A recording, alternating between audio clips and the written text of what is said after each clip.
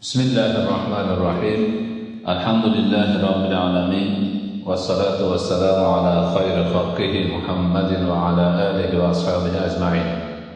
172 bobu mashu ra'si sabiyyi, yosh bolani boshini silash to'g'risida. Abdulloh ibn Salomdan ekan, qola sammani Rasululloh sallallohu alayhi va sallam Yusufa va aqadani ala hijrihi va masaha ala ra'si. Bu Abdulloh ibn Salomning o'g'illaridan ekan bu rivoyat. U kishining otlari Yusuf ekan. O'sha kishi aytadilarki, Rasululloh sallallohu alayhi va sallam menga Yusuf deb nom qo'yganlar.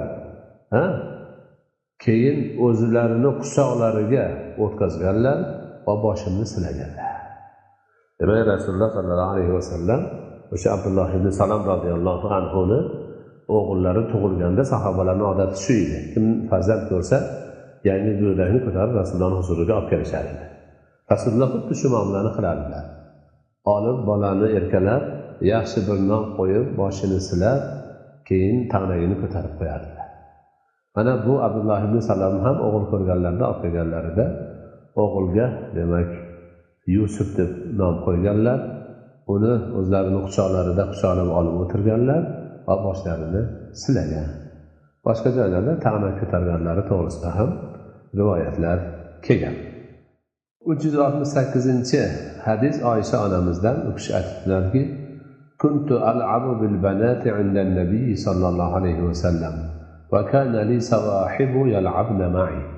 Fakana Rasululloh sallallohu alayhi va sallam idza dakhala yanqami'na minhu fayusarribuhunna ilayya fayal'abna ma'i.